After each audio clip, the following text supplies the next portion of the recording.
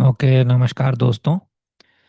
तो ये वीडियो होगा भैरवी महाविद्या और कल की अवतार। कल की अवतार का कनेक्शन बाद में समझाऊंगा, पहले भैरवी महाविद्या को नमस्ते करते हैं। तो भैरवी महाविद्या एक्चुअली में उनका ये वैदिक फॉर्म है, लेकिन वो वैदिक गॉडेस नहीं है।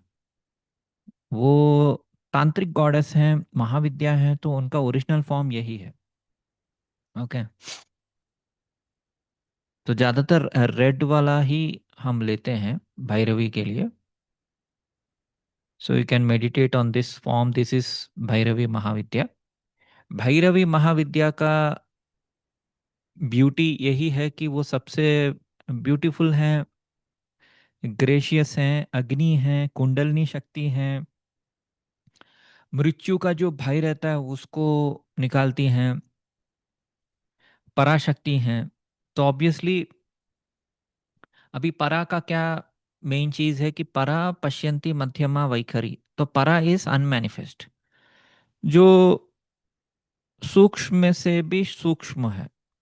राइट। फॉर्म से ही पता चल रहा है। एक्चुअली फॉर्मलेस को ही हम फॉर्म से हम दिखाने का कोशिश कर रहे हैं। शून्य बोल सकते हैं, महाशून्य बोल सकते हैं।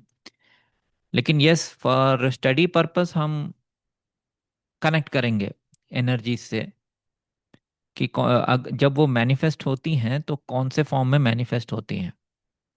एंड भैरवी पुस्तक के साथ भी दिखाई देते हैं कुछ आइकोनोग्राफी में, माँ विथ स्क्रोल और book. I think one of the few Mahavidyas जिनके हाथ में एक पुस्तक रहता है।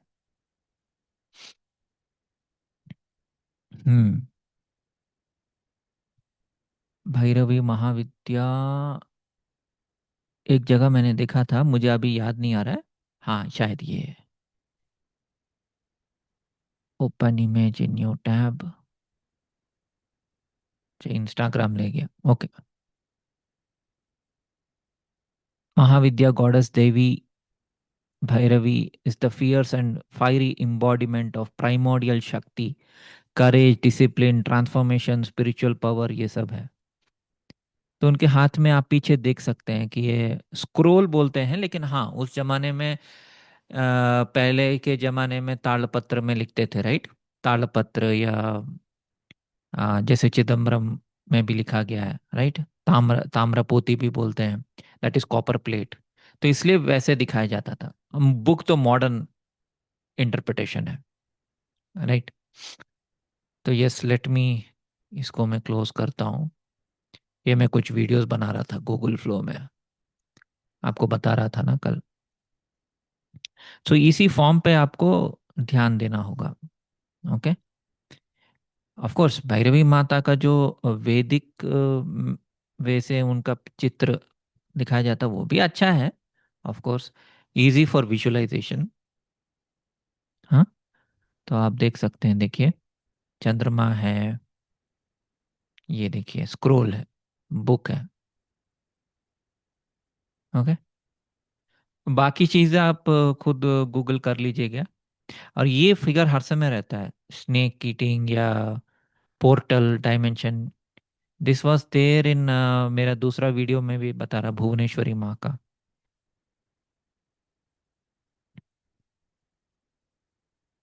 सो दश महाविद्या में त्रिपुर सुंदरी शक्ति के सबसे तीव्र, उग्र और रूपांतरकारिणी स्वरूपों में एक है। उनका संबंध केवल विनाश से नहीं है, उनका गहरा प्रतीक है वह अग्नि जो भीतर की बाधाओं को जलाकर सुप्त शक्ति का मुक्त करती है। यहीं से त्रिपुर भैरवी का संबंध कुंडलिनी वृश्चिक राशि राहु केतु से जोड़ा गया है। ओके। तांत्रिक परंपराओं में भैरवी को मूलाधार चक्र से जोड़ा गया है, राइट। तो जैसे हम मूलाधार बोलते हैं, ऑटोमेटिक मूल नक्षत्र भी आ जाता है। अग्नि और सुप्त कुंडलनी, सुप्त मतलब सोई हुई या डोरमेंट कुंडलनी शक्ति से जोड़ा गया है। तो अगर कुंडलनी शक्ति जगाना है तो इट इज भैरवी। लेकिन समय से पहले या रॉन्ग टाइम पे या बिना सोचे समझे अगर मान लीजिए हो गया, तब क्या होता है, ब्लॉक हो जाता है। मतलब कुछ लोगों को मतलब मूलाधार चक्र में ही पेन होता है, लोअर एनर्जी सेंटर्स में पेन होता है, बहुत सारे साइड इफेक्ट्स होते हैं। मेरा ऐसा नहीं था, क्योंकि तब तक मेरा वेसल काफ़ी प्यूरिफाई हो गया था, तो एकदम माखन की तरह एकदम स्मूथ था। लेकिन हाँ, फिर भी मैंने 10-12 साल का गैप लिया। आफ्टर 2004 जनवरी, जनवरी 5 शायद मेरा कुंडलनी राइजिंग हुआ, जो 2004 या जनवरी 1 को। एंड उसके बाद भी मैं 12-13 साल में चुप ही रहा, मैं अपना नॉर्मल काम किया। फिर जाके डिकोडिंग ये सब मैंने शुरू किया। ओके।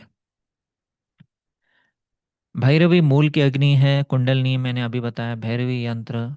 मेरे गुरु भी मूला नक्षत्र, उनका चंद्रमा मूला नक्षत्र में था, जिन्होंने मुझे कुंडलनी साधना ये सब सिखाया, उनका भी मूला नक्षत्र था। तो भैरवी यंत्र संकेंद्रित शक्ति की ज्यामिति।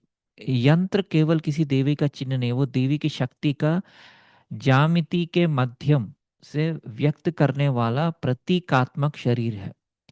त्रिपुरा भैरवी यंत्र में त्रिकोण, कमल दलों, आवरणों और केंद्र का स्थित बिंदु को जटिल संरचना दिखाई देती है।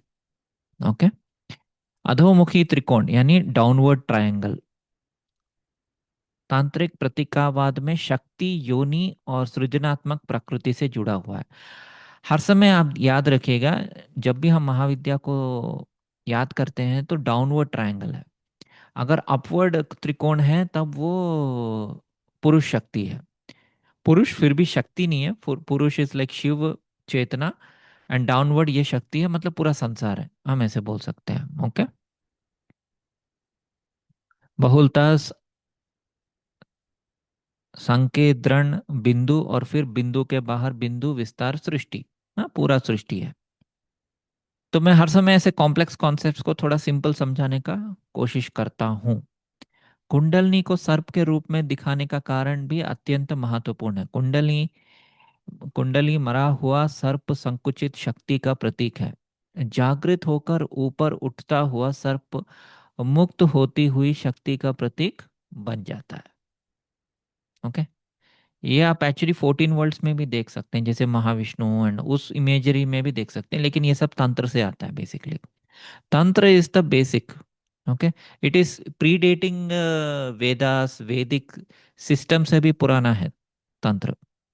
इसलिए कुंडलनी की यात्रा की इस प्रकार देखा जा सकता है: मूल, अग्नि, सर्प, जागरण, आरोहण।